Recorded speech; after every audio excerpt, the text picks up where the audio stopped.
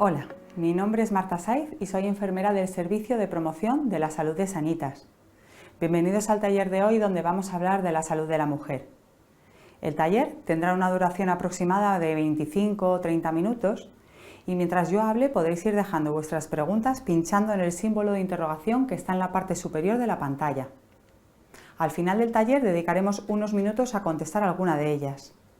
Recordad también que podéis descargaros un resumen del contenido del taller clicando en este icono que os mostramos y que podéis ver en la misma pantalla.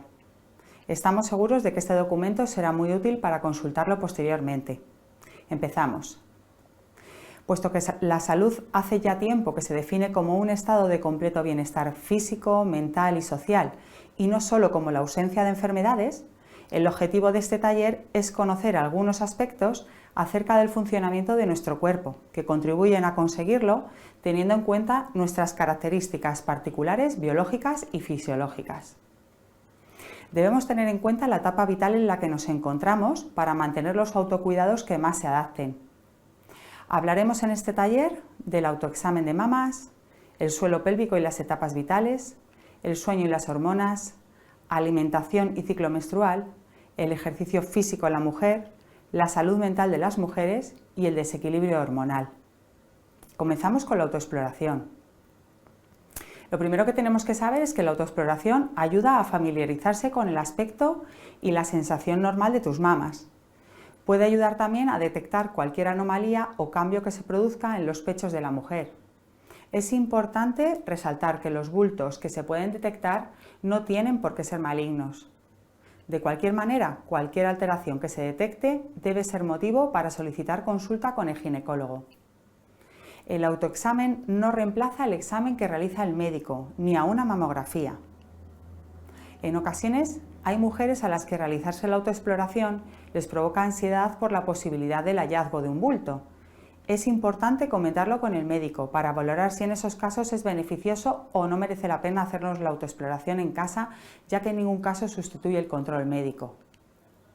La autoexploración de mama se debe realizar una vez al mes, después de haber concluido la regla, porque nos podemos confundir con cambios normales que se producen en diferentes momentos del ciclo menstrual en el pecho. Las mujeres que ya han superado la menopausia pueden establecer un día concreto al mes para poderla llevar a cabo.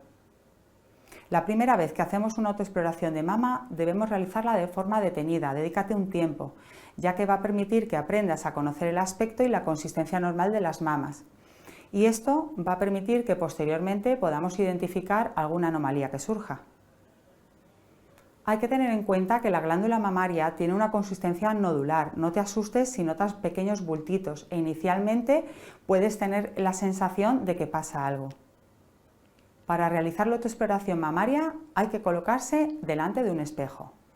En primer lugar, dejaremos los brazos caídos y giraremos el tronco a un lado y hacia el otro lado para observar si hay algún bulto tanto en la piel como en los pezones. Si se observan zonas enrojecidas o la textura es similar a la de la piel de naranja, hay que consultar con el médico. El siguiente paso es levantar los brazos para comprobar que el contorno de los pechos es uniforme y que ambos se elevan de la misma manera. Posteriormente hay que palpar cada una de las mamas con la mano, con las yemas de los dedos. La mano la utilizaremos es la contraria a la mama que vamos a palpar y realizaremos movimientos circulares empezando desde la parte externa hacia aproximarnos al pezón. Hay que recorrer toda la mama siguiendo líneas rectas o en horizontal o verticales. Después apretaremos los pezones para comprobar si sale algo de líquido. La autoexploración mamaria debe finalizar con el examen de las axilas, ya que gran parte de los tumores se producen en la parte de la mama más cercana a la misma. Esta parte de la exploración también la realizaremos con los brazos caídos a lo largo del cuerpo. Las posibles alteraciones que se pueden detectar con la autoexploración mamaria y que deben ser motivo de consulta con el ginecólogo, por tanto, son el cambio de color o textura similar a la piel de naranja, si detectamos bultitos o también hundimientos, y si nos sale líquido de los pezones. Conviene saber que si se detecta algún bulto durante la autoexploración mamaria, el 90% de los casos se trata de tumores benignos que tienen tratamiento y no de cáncer. Si estás teniendo algún tratamiento hormonal, consulta con tu médico para saber cuándo es el momento exacto en que te recomienda tu autoexploración de mamas. Estas son nociones que tenemos que tener todas las mujeres con respecto al cuidado de nuestras mamas y no quería pasarlas por alto. Ahora repasaremos algunos aspectos que ayudan a nuestro suelo pélvico, del que todo el mundo ha oído hablar ya y que aún no tenemos muy claro para qué sirve y cómo cuidarlo. El suelo pélvico es una parte de nuestro cuerpo compuesta por músculos y otros tejidos blandos, ligamentos, fascias. Se sitúa en la base de la pelvis, de ahí su nombre, suelo de la pelvis, y se encarga de funciones esenciales como la continencia de esfínteres, el sostén de órganos pélvicos y la función reproductiva y sexual. Por este motivo, debería ser conocido y cuidado desde nuestra infancia y en todas las etapas de la vida. La pregunta, por tanto, es ¿qué podemos hacer para cuidar la salud de nuestra vejiga, intestino y suelo pélvico? Lo primero que tenemos que tener en cuenta y enseñar es respetar siempre el deseo de orinar y defecar desde pequeñas. No aguantarse las ganas ni forzar cuando no se tienen. Y hacerlo sin empujes. Esta es la segunda parte del hábito correcto. Otro de los buenos hábitos para la salud de nuestro suelo pélvico, que debe instaurarse desde la etapa temprana, desde la infancia y continuar de por vida, es cuidar nuestra postura corporal, a través de una correcta alineación de nuestra columna vertebral y nuestra pelvis. Si encorvamos la espalda, se produce un aumento de la presión dentro del abdomen y, a su vez, esto supone un exceso de presión en el suelo pélvico. Para cuidar el suelo pélvico, debemos disminuir nuestro sobrepeso y cuidar el estreñimiento. En caso de que la mujer esté embarazada, ha de acudir pasado el primer trimestre de gestación a valorar el suelo pélvico y el abdomen con un especialista si es posible. Es el momento de mejorar la postura que tantas transformaciones experimenta durante el embarazo. El momento de fortalecer o tonificar el suelo pélvico si es necesario, o de aprender a relajarlo si es lo que la mujer precisa. Tenemos la idea de que siempre hay que fortalecer la musculatura del suelo pélvico, pero hay mujeres que necesitan justo lo contrario, tienen una hipertonía del suelo pélvico y necesitan relajarlo. Cuanto mejor llegue nuestro suelo pélvico al momento del parto, mejor será la recuperación en el posparto. Además, en las semanas o meses siguientes al parto, habremos de prestar especial atención a disminuir al máximo las hiperpresiones sobre el suelo pélvico que se ha quedado un poco tocado. No empujaremos cuando vamos al baño. No cargaremos un exceso de peso. Se recomienda no realizar abdominales tradicionales y no practicar deportes de impacto, correr, saltar, tenis, pádel, al menos hasta que nuestro ginecólogo o fisioterapeuta nos dé luz verde, y cuidaremos mucho nuestra postura en todo momento, pero especialmente cuando alimentamos al bebé y cuando lo llevamos en brazos o lo porteamos. Después, la etapa de la menopausia junto al embarazo y la lactancia, tenemos que tener en cuenta que es una de las etapas donde más cambios hormonales se producen y es otra de las etapas en las que tenemos que prestar especial atención para cuidar nuestro suelo pélvico. La sequedad vaginal, pérdidas de orina, disminución de las sensaciones durante las relaciones sexuales, pesadez o sensación de bulto en la vagina o prolapso son algunos de los síntomas de las mujeres podemos experimentar en la época de la perimenopausia. Si no nos hemos ocupado anteriormente de la salud de nuestro suelo pélvico, esta será la oportunidad definitiva para acudir a un especialista y comenzar a hacerlo. El fortalecimiento y tonificación de la musculatura, la reeducación de la postura y la mejora de la lubricación vaginal serán algunos de los aspectos a trabajar para volver a sentirnos. Con el cuidado del suelo pélvico durante la menopausia, llegamos al final del repaso por las diferentes etapas de la vida de la mujer. No obstante, quiero mencionar que existen otras situaciones no fisiológicas, pero muy frecuentes en la actualidad, como por ejemplo sufrir una histerectomía, es decir, una extirpación del útero o alguna otra cirugía, a las que también tenemos que prestar atención, puesto que nos predisponen a sufrir disfunciones del suelo pélvico. Cuando se tiene el suelo pélvico debilitado o se tienen síntomas como la incontinencia urinaria o disfunciones como el prolapso, el hecho de cargar peso en la vida cotidiana puede empeorar los síntomas e incluso agravar significativamente el grado de descenso del órgano pélvico. Y es que levantar peso de manera continua es una de las causas que más debilitan el suelo pélvico, debido a la presión que se ejerce en esta musculatura. que además pone en riesgo otras estructuras, como por ejemplo la columna vertebral. Quería por eso facilitar unos consejos para cargar peso sin perjudicar el suelo pélvico o al menos conocer las formas menos lesivas. Te recomiendo que consigas una autoelongación de la columna vertebral, que crezcas y en ningún momento te encorves, siempre te mantengas erguida. Que te asegures de que el peso es manejable. Según prevención de riesgos laborales, las mujeres en general no deberíamos cargar pesos superiores a 15 kilos, aunque esto puede depender obviamente de tu forma física. Habrás de tener especial cuidado si ya padeces alguna lesión de espalda o presentas una debilidad del suelo pélvico, incontinencia o prolapso. Tus pies deberán estar separados como mínimo el ancho de las caderas. De esta manera tenemos más base de sustentación y repartimos mejor el peso que vamos a cargar. Es importante que mantengas tu pelvis neutra, que no la lleves a anteversión ni a retroversión. Que mantengas siempre la carga que transportas o elevas cerca del cuerpo y además la mantengas frente a ti, evitando giros de columna o evitando posturas forzadas. Siempre digo, pongo un ejemplo muy gráfico y es que debemos cargar peso como cuando cogemos a nuestro bebé muy pegado al pecho. Activa tu musculatura del suelo pélvico, como cuando realizas una contracción, como cuando haces un ejercicio de Kegel.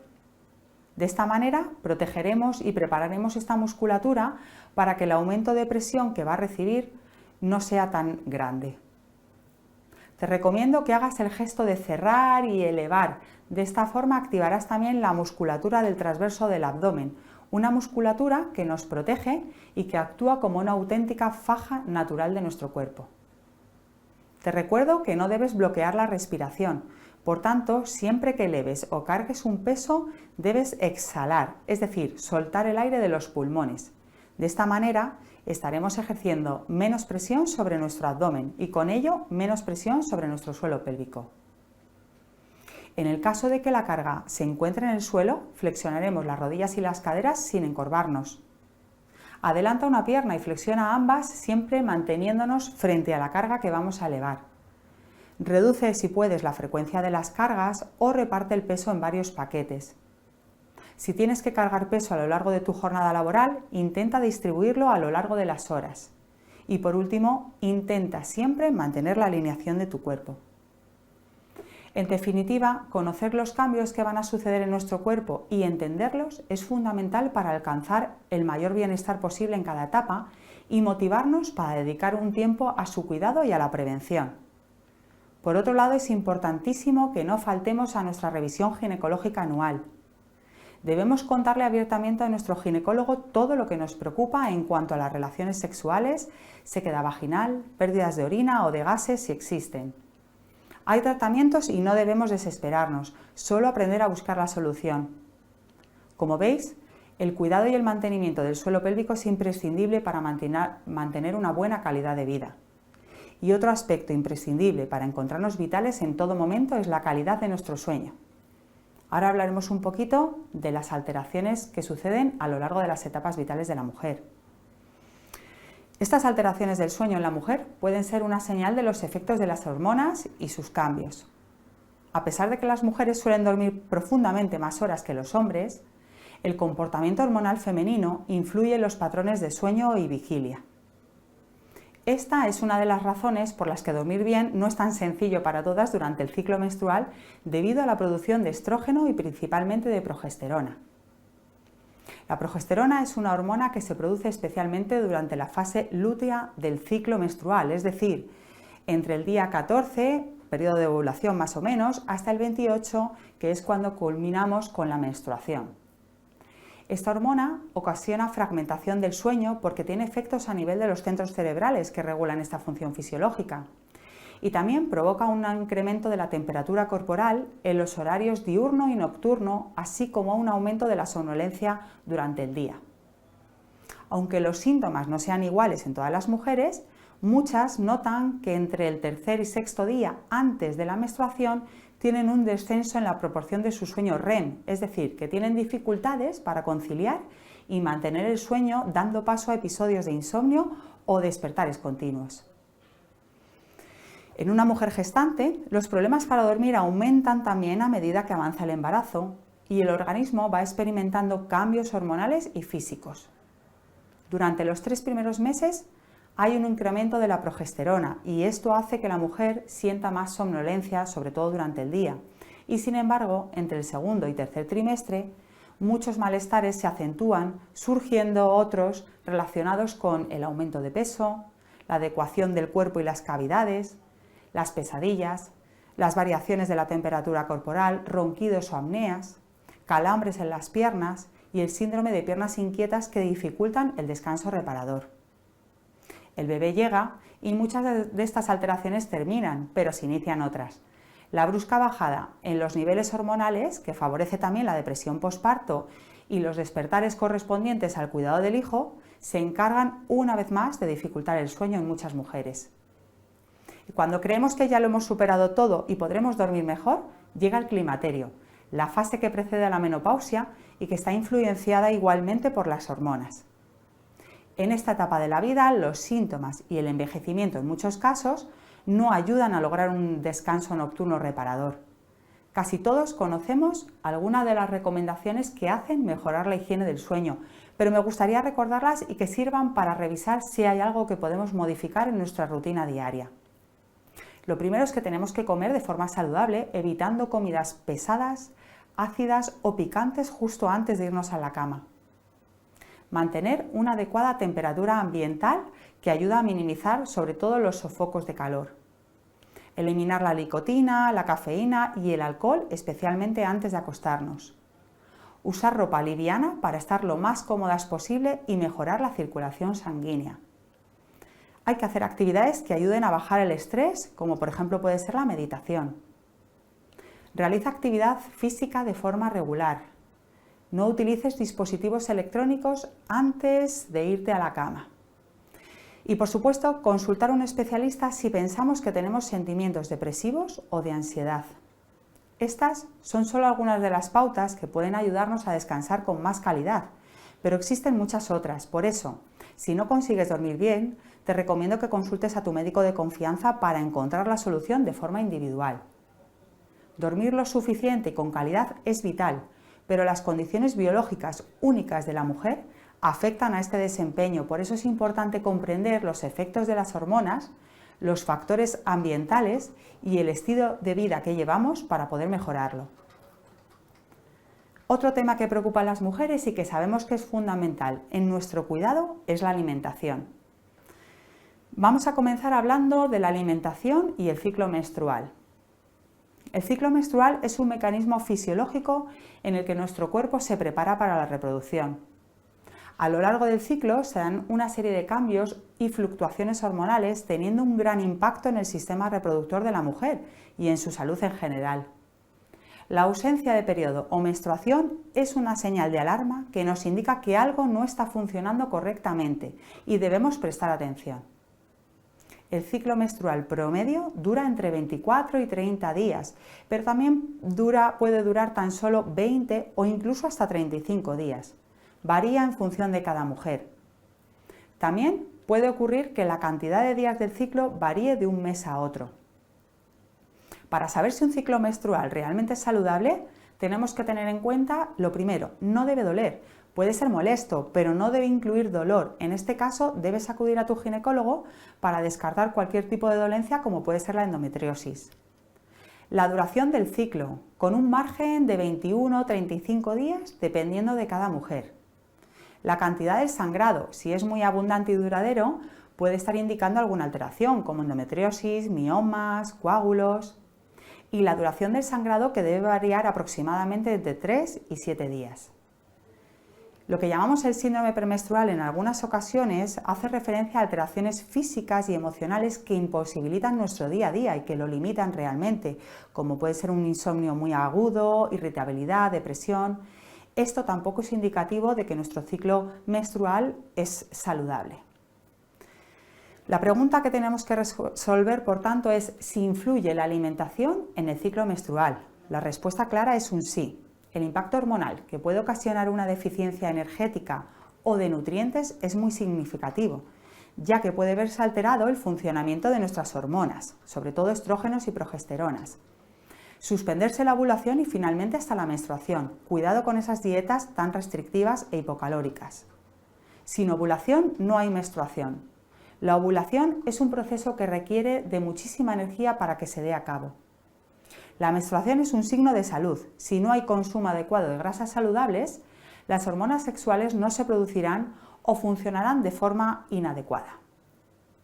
Aprovecho para recordar que la alimentación no es el único factor que influye en el ciclo menstrual. También lo son otros que hay que revisar, como la falta de descanso, el estrés psicológico, estrés fisiológico o el exceso de deporte, el ambiente o los tóxicos. Es interesante saber que nuestro ambiente hormonal puede condicionarnos a elegir unos alimentos u otros dependiendo de la fase del ciclo en que nos encontramos. La primera mitad del ciclo empieza con el primer día de la menstruación. Durante esta etapa, cuando nos sentimos mucho más aletargadas y con molestias debido a este sangrado, uno de los principales nutrientes que tenemos que tener en cuenta en esta fase es el hierro. Este mineral se pierde en gran cantidad durante la menstruación, junto con el agua. Por eso debemos prestar especial atención a la hidratación en este momento en el que estamos menstruando. El hierro lo vamos a encontrar tanto en alimentos de origen animal, carne, pescados, mariscos, incluso el huevo, como de origen vegetal, por ejemplo las legumbres y algunos frutos secos. El hierro vegetal es un hierro de tipo no hemo, es menos biodisponible, por lo que tomarlo junto a alimentos ricos en vitamina C, cítricos como el tomate, pimiento y vitamina A, normalmente verduras y hortalizas de color rojo o naranja, aumenta su absorción. Asimismo, hay que tener en cuenta los alimentos que inhiben también la absorción del hierro. Lácteos, café, té o cacao. En este momento no debemos tomarlo junto con los alimentos que nos aporten el hierro. El déficit de hierro provoca muchas anemias que producen sensación de cansancio y bajo rendimiento con mucha frecuencia. Entendiendo que la menstruación es una inflamación fisiológica, aportar alimentos ricos en omega 3 y el uso de especias antiinflamatorias pueden ayudarnos en este momento para disminuir las molestias propias de la menstruación. El omega 3 se encuentra normalmente en pescados azules, nueces, algunas semillas como lino, chía o cáñamo. Incluso se puede reforzar su consumo con suplementos alimenticios. Una vez finalizada la menstruación, nos encontramos con mucha más energía. A nivel hormonal se produce un aumento de la sensibilidad de insulina debido al incremento de los niveles de estrógenos. Empieza a desarrollarse el folículo gracias al engrosamiento del endometrio. En cuanto a los estrógenos, antes de ser eliminados, deben ser inactivados. Si no se desactivan, estos metabolitos pueden causar complicaciones en el ciclo como dolor y sangrados abundantes. Consumir de forma habitual vegetales crucíferos, brócoli, coliflor, coles de Bruselas, además de tener una buena salud intestinal, nos va a ayudar a esa inactivación de los estrógenos. La fase ovulatoria dura horas, 12-24, un máximo de 36 más o menos. En esta fase nuestro nivel de estrógenos ha llegado a su punto máximo y da lugar a la última fase del ciclo. Durante esta fase el ambiente hormonal puede dar mayor apetito, incluso la tendencia es escoger alimentos más calóricos y de peor calidad nutricional. También hay un descenso de la serotonina, hormona de la felicidad, y suele asociarse a mayor necesidad de dulces y alimentos con mayor palatabilidad, patatas fritas, snacks. En este momento alimentos como la fruta fresca o la versión deshidratada o el chocolate negro con alto porcentaje en cacao pueden ser algunas de las alternativas más saludables para nosotras. A lo largo de nuestra vida, y siempre dentro del marco de una alimentación equilibrada, debemos prestar atención a dos nutrientes fundamentales, el hierro, que lo hemos comentado, y el otro es el calcio. El calcio en los huesos aumenta aproximadamente hasta la década de los 30. A partir de esa edad, la concentración de calcio óseo va disminuyendo. Este máximo de acúmulo de calcio en los huesos, llamado pico de masa ósea, determinará que tengamos o no problemas de osteoporosis en un futuro. Por este motivo, el calcio a estas edades es fundamental. La principal fuente de calcio son los lácteos, leche, queso, yogures, de los cuales se recomiendan 3 raciones diarias. También los pescados con espinas, las legumbres o frutos secos son fuentes importantes de calcio. Después de esta etapa, 30, 40, pasado un poquito más adelante, llega la menopausia, momento en que se produce una reducción de hormonas sexuales.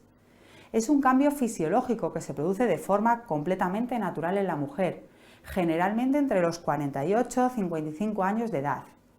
A algunas mujeres se les presenta la menopausia con menos de 40 años, en este caso se denomina menopausia precoz. La menopausia se produce porque de forma paulatina generalmente va cesando la actividad hormonal de los ovarios y se produce un descenso de los estrógenos de forma que desaparece la capacidad de reproducción y la menstruación. A medida que las hormonas sexuales disminuyen, empiezan a aparecer síntomas asociados a la menopausia.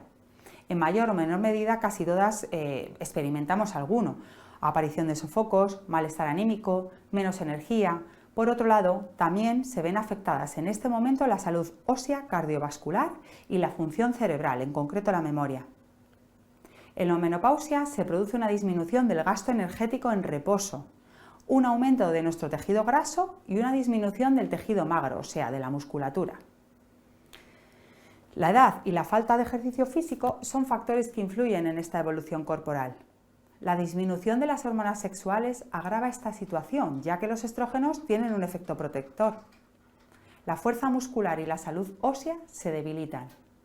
En este momento quiero que todas tengamos claro dos datos importantes. Uno es que los problemas cardiovasculares son la primera causa de mortalidad femenina hoy en día. Y el segundo es que las fracturas que se producen por debilidad ósea, osteoporosis, en la mayoría de los casos pueden prevenirse.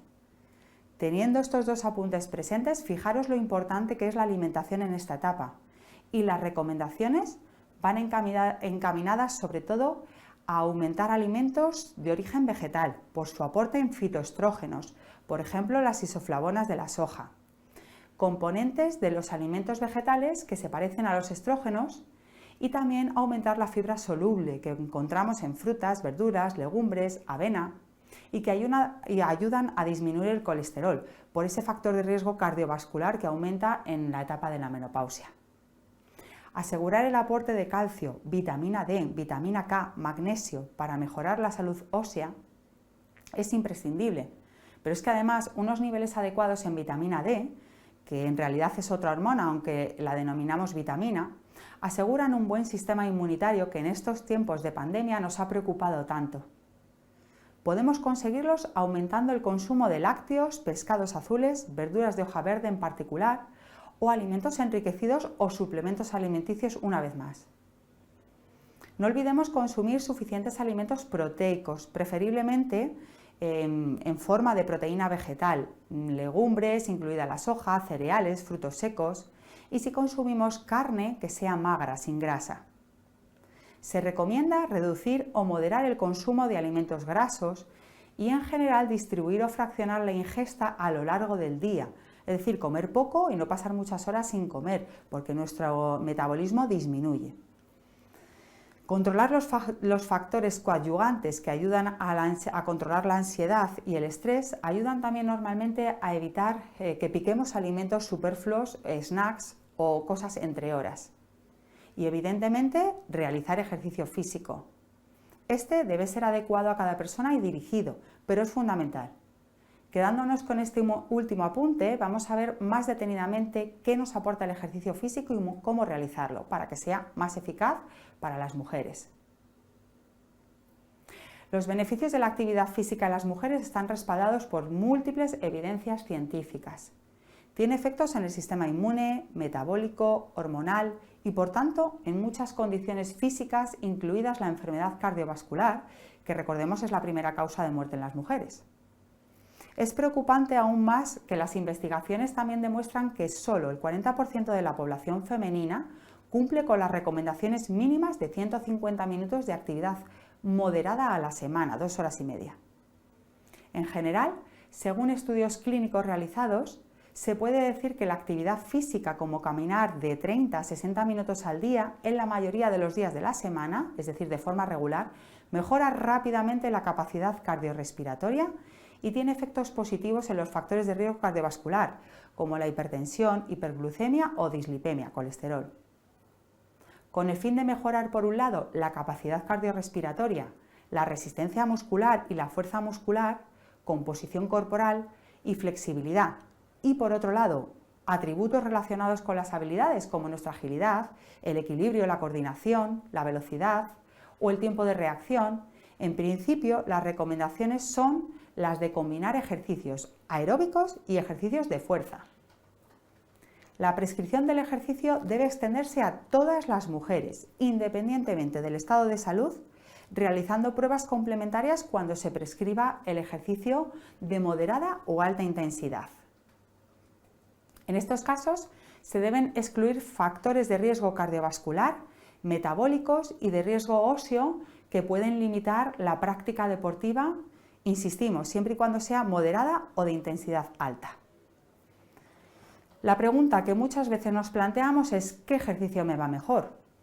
Lo primero, decir que el control del ciclo menstrual en general no es una práctica habitual en el deporte amateur. Para la mayoría de las mujeres que hacen deporte, la única idea que tenemos que tener en cuenta es que para aprovechar al 100% del entrenamiento, pues no debemos olvidar en qué periodo de nuestro ciclo menstrual nos encontramos. Nos va a favorecer más o menos. Los efectos de la menstruación varían mucho también de una mujer a otra. Durante el ciclo menstrual hay una variación en cuanto a la liberación de hormonas, principalmente estrógenos y progesteronas, que determinarán la actividad física más idónea. Después de menstruar, los niveles de estrógenos van en aumento y esto favorece la obtención de energía rápida. Se recomiendan, por tanto, series de alta intensidad e intervalos cortos, pesas, cambios de ritmos. En este periodo hay más capacidad de trabajo y también de recuperación. El estado de ánimo también en este momento es más favorable. Permite aumentar la intensidad y la duración del entrenamiento. Desde la ovulación hasta el momento de la menstruación, ascienden los niveles de progesterona, cuyos efectos en el cuerpo le confieren de mayor laxitud muscular. Los músculos carecen de tensión óptima y de rigidez para realizar ejercicios de fuerza máxima. Nos planteamos que pueden ser mejor realizar ejercicios de resistencia y velocidad. Es un poquito más frecuente tener alguna lesión en este periodo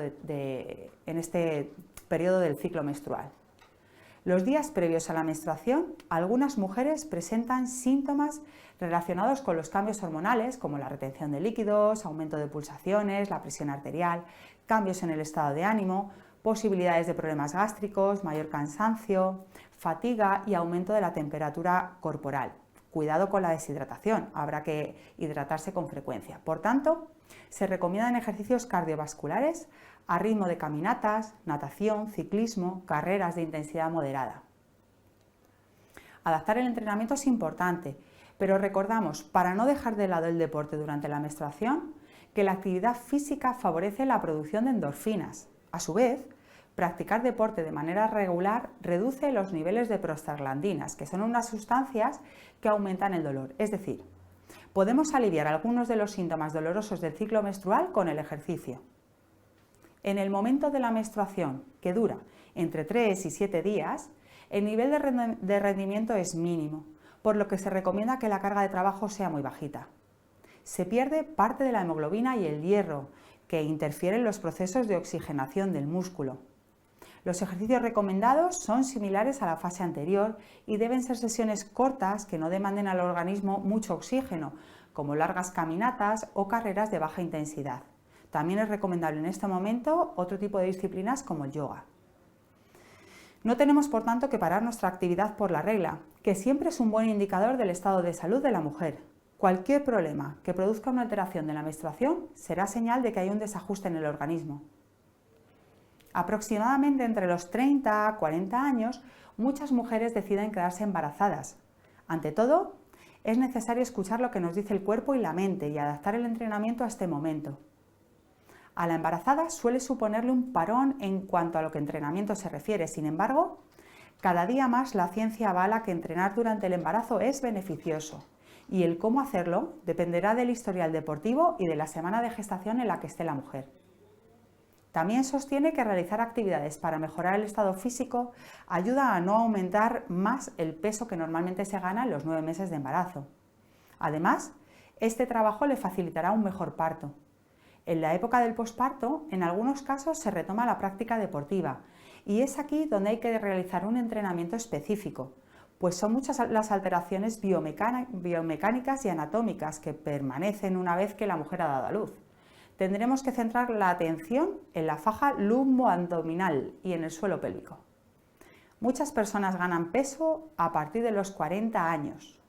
Los ejercicios que aumentan la resistencia son la mejor alternativa para optimizar la quema de calorías y contrarrestar la acumulación de grasa. Es un buen momento para comenzar, si no se ha hecho, un entrenamiento de levantamiento de peso en el gimnasio. Hacer pilates puede resultar de suma utilidad para favorecer la parte central del cuerpo y evitar dolores de espalda que suelen aparecer en esta década. A partir de los 50, los dolores y las molestias suelen ser mayores y a la vez que comienzan a manifestarse trastornos de carácter crónico, como diabetes tipo 2 o enfermedades cardiovasculares. En las mujeres posmenopáusicas, el riesgo de padecer dolencias cardíacas aumenta a medida que los estrógenos disminuyen. Este desajuste hormonal provocado por la menopausia influye también a nivel físico. En referencia al ejercicio, el entrenamiento de fuerza cobra importancia ya que ésta decae y además la pérdida de peso se hace más difícil. Combinar actividades es fundamental una vez más para mantener la forma física. Para mantener la masa muscular está recomendado realizar 2 veces por semana ejercicios de fuerza. Ejercicios en los que se soporta peso, es decir, en carga como caminar, es muy positivo si se hacen a la intensidad adecuada. Hay que caminar a un ritmo elevado para que la frecuencia respiratoria aumente y rompamos a sudar. Probar algo diferente siempre supone una motivación nueva. El tai chi es genial para el equilibrio y la relajación. Es habitual que las personas acumulen dolencias crónicas a medida que envejecen. Mantener un nivel alto de actividad física puede ayudar a prevenir diferentes tumores como el cáncer de mama tras la menopausia, el cáncer de colon, de útero y a la vez reducir el riesgo de desarrollar otro tipo de enfermedades crónicas. Conociendo todos los beneficios, debemos procurar mantenernos activos durante toda la vida y darle la prioridad que se merece al ejercicio. Estamos repasando aspectos de nuestro cuerpo físico, que en realidad es el reflejo de cómo van las cosas en todas las áreas de la vida. No podemos dejar de hablar de la parte mental, que abarca pensamientos que pueden influir directamente en nuestras hormonas y en sus niveles. Por tanto, desde una visión holística de la salud de la mujer, me gustaría hablar de la salud mental de las mujeres, imprescindible para comprendernos y gozar de una buena calidad de vida. Cuando hablamos de la salud mental, consideramos que está relacionada con nuestra forma de vivir, de alimentarnos, de cuidarnos, de estar en nuestro trabajo, tener nuestra convivencia, con la manera en que experimentamos nuestras relaciones y los afectos, con lo que sentimos hacia nosotras mismas, con nuestros proyectos y nuestras actividades, nuestro modo de disfrutar, de percibir el mundo y de afrontar los problemas que conlleva vivir. Hace poco tiempo se aceptaba que debido a nuestros ciclos hormonales, las mujeres éramos propensas a sufrir depresiones en distintos momentos de nuestra vida, o a mostrarnos irritables o tener muchos cambios de humor. Hoy en día sabemos que las hormonas afectan a nuestro estado de ánimo, pero entre las mujeres se observa una mayor prevalencia de depresiones, ansiedad, somatizaciones y trastornos del comportamiento alimentario que están condicionados por los factores psicosociales de género. La atención que actualmente ofrecen la mayoría de profesionales lleva en muchos casos a que se cronifiquen algunos problemas que hemos contemplado, ya que cuando buscamos ayuda, la respuesta más habitual es el tratamiento farmacológico, sin tener muy en cuenta el contexto social en el que se vive y las circunstancias vitales de cada mujer. Ser mujer no significa lo mismo para todas, depende del entorno, de nuestra economía, de la edad, la educación o el trabajo, pero hay situaciones que compartimos como colectivo. Hace poco tiempo ser mujer significaba dedicarnos únicamente al cuidado de la familia, sin embargo, hemos conseguido grandes cambios que a muchas mujeres las llevan a plantearse un empleo o incluso la independencia económica. Con este nuevo escenario estamos modificando la forma de vivir la maternidad, las relaciones de pareja, la sexualidad, nuestra vida cotidiana, cambiando nuestros valores y actitudes. Estos cambios tienen aún su coste, pueden suponer tensiones psicológicas, críticas que nos hacen sentirnos culpables en muchas ocasiones e inseguras.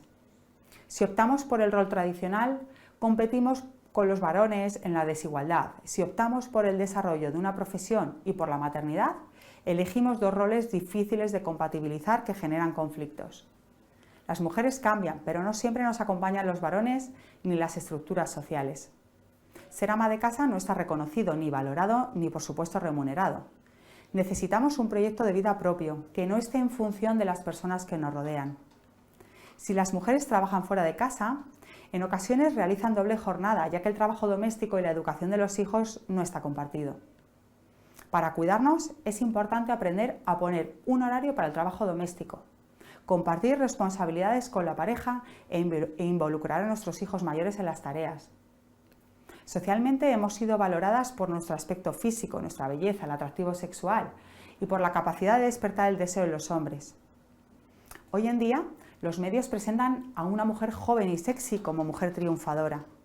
Esta forma de valorar el cuerpo como un medio para conseguir el éxito social, laboral y la atención de los hombres nos puede llevar ya desde la adolescencia a intentar adaptarnos a modelos vigentes con el riesgo de hacernos muy dependientes de nuestra imagen. Así, la imagen corporal constituye una fuente de insatisfacción para las mujeres. Hacemos dietas, dejamos de disfrutar de la comida, nos obsesionamos con la báscula y sufrimos al mirarnos al espejo. Incluso perdemos el placer del deporte, convirtiéndolo en un medio para conseguir un fin estético. Y a pesar de todo, nunca logramos alcanzar el ideal que nos proponemos, porque en realidad es imposible. La exaltación de la juventud que hoy en día nos persigue nos puede producir una preocupación excesiva por el hecho de envejecer, sin tener en cuenta que los años nos aportan experiencia y sabiduría. Tanto es así que en ocasiones dedicamos todo nuestro esfuerzo, incluso recursos, a estar eternamente jóvenes y delgadas, recurriendo incluso a cirugías sin asumir el paso del tiempo, aceptar los cambios y divertirnos en el proceso. Nuestro valor no depende del aspecto físico y esto es algo que primero debemos creer nosotras. Con respecto a la sexualidad, que durante mucho tiempo no ha estado bien visto sentirla como fuente de placer únicamente con la finalidad reproductiva, también estamos cambiando afortunadamente. En ocasiones también es fuente de malestar emocional. Antes se prohibía el placer, ahora se nos etiqueta de frígidas si no disfrutamos o no nos apetece. La sexualidad no es sinónimo de penetración y así debemos sentirla explorando todas sus dimensiones. Empezar a expresar nuestros deseos y necesidades a la pareja es imprescindible para lograr disfrutarla. Los profesionales sanitarios pueden mantenernos informadas. Tenemos que hablar de nuestra sexualidad, consultar las dudas y desterrar mitos y prejuicios. Estos son algunos de los aspectos que hacen que las mujeres generen malestar general. Nos cuesta expresar lo que nos pasa y sentimos que no debemos hacerlo por la imagen que hemos interiorizado de lo que significa ser mujer.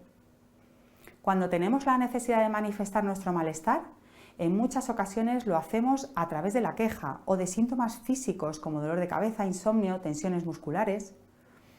Por todo esto, es importante que interpretemos nuestro malestar como una señal de que algo necesitamos cambiar, buscar soluciones y transformar los sentimientos de enfado, tristeza en energía para poder conseguirlo. Tenemos que entender que nuestros pensamientos influyen en nuestros niveles hormonales y viceversa. Las hormonas son mensajeros químicos del cuerpo segregadas en órganos endocrinos cuya función es regular la actividad de otros órganos para lograr un equilibrio. Controlan muchos procesos biológicos, incluyendo el crecimiento muscular, el ritmo cardíaco, el hambre, el ciclo menstrual, nuestro estado de ánimo. Debemos prestarles más atención ya que impactan en muchos aspectos de nuestra salud. Por eso es importante comprenderlas y desarrollar hábitos saludables para conseguir un funcionamiento óptimo y su balance. Es importante reconocer las formas que tiene nuestro cuerpo de indicarnos que podemos estar sufriendo algún desajuste hormonal para detectarlo y acudir a un control médico. Los síntomas que indican este desequilibrio hormonal de forma más frecuente son dolores de cabeza o mamas, el cansancio físico o mental, la ganancia de peso, la ansiedad, depresión, el acné, amenorrea o periodos menstruales irregulares, problemas para dormir, el síndrome premenstrual que hablábamos antes, malas digestiones, periodos dolorosos, bajadas de la libido. Como veis, son síntomas muy comunes con los que las mujeres creen en muchas ocasiones que tienen que vivir. Hay que escuchar más a nuestro cuerpo. Como conclusiones, por tanto, me gustaría insistir en que debemos revisar nuestros hábitos, ya que impactan directamente en el equilibrio hormonal y adaptarnos a las diferentes etapas para mantener nuestra calidad de vida y contribuir también a la prevención de enfermedades. No obstante, conociendo la continua fluctuación de nuestras hormonas a lo largo de todas nuestras etapas y la influencia que tienen en nuestra salud, no debemos olvidar realizar revisiones con los facultativos, con intención de prevenir patologías y detectar de forma precoz cualquier alteración.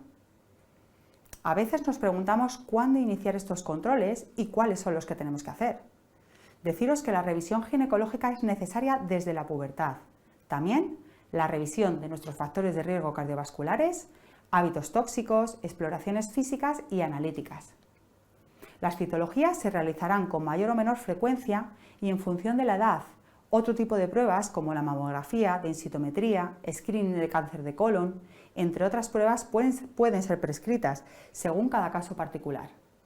La edad de inicio y la frecuencia de algunas de estas pruebas de diagnóstico precoz dependerá, por tanto, de los antecedentes familiares, de los hábitos personales, incluso de los sexuales y de los resultados obtenidos en otras primeras exploraciones practicadas. Hasta aquí el taller de la salud de la mujer. Espero que os haya sido de utilidad. Ahora vamos a dedicar unos minutos a responder a algunas preguntas que habéis hecho. Preguntan que si la incontinencia urinaria al saltar o correr puede deberse a la falta de la salud en el suelo pélvico. Claramente la respuesta es que sí. Cuando nosotros saltamos o corremos, aumentamos mucho la presión de nuestro suelo pélvico. Por tanto, tiene que ver directamente con esa presión que ejercemos. Hay que consultar al ginecólogo o al médico o a tu entrenador, porque tiene que ver muchas veces si acabamos de tener algún parto, si hemos tenido alguna cirugía o si hay algún otro factor que nos implica que nuestro suelo pélvico haya perdido el tono y poder revisar, por un lado, realizar ejercicios pélvicos que nos ayuden a mantener ese tono y por otro lado el tipo de entrenamiento que estamos haciendo. Hay otro tipo de actividades menos lesivas para nuestro suelo pélvico que no sean saltar o correr que podemos hacer obteniendo los mismos beneficios que con estas actividades. Tengo un síndrome premenstrual muy marcado. La única opción que me dieron fue la píldora. ¿Habría otra alternativa? La respuesta es sí y no.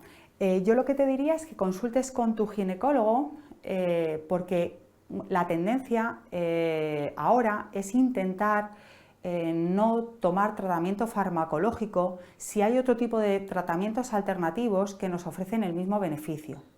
En tu caso, quizá sería positivo probar si hay algún tipo de tratamiento, que no sea el fármaco, que te genere los mismos beneficios o que te ayude con ese síndrome premenstrual.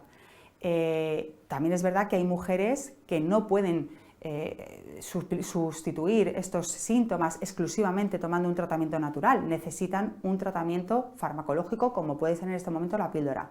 Lo que sí que te diría es que hables con tu ginecólogo y te informes muy bien de si hay otro tipo de tratamientos, aunque sean hormonales, que te ayuden con ese síndrome premenstrual y que no tengan efectos secundarios o tantos efectos secundarios como la píldora. La píldora, ¿habría otra alternativa? También me preguntan. Depende de para qué estés tomando la píldora. Si la píldora exclusivamente la estás tomando con carácter anticonceptivo, claro que hay otras alternativas.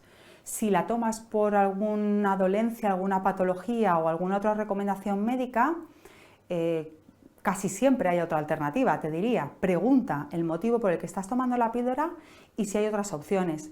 El tema de la píldora como método anticonceptivo es que en muchas ocasiones se nos olvida, aparte de los efectos secundarios que tienen, principalmente si la estamos tomando antes de los 40 años. La píldora influye muchísimo en la densidad ósea, por tanto no es el método anticonceptivo más recomendable para mujeres muy jóvenes. Tratamiento de la sequedad vaginal más allá de un gel. El gel, por supuesto, es fundamental y te va a ayudar.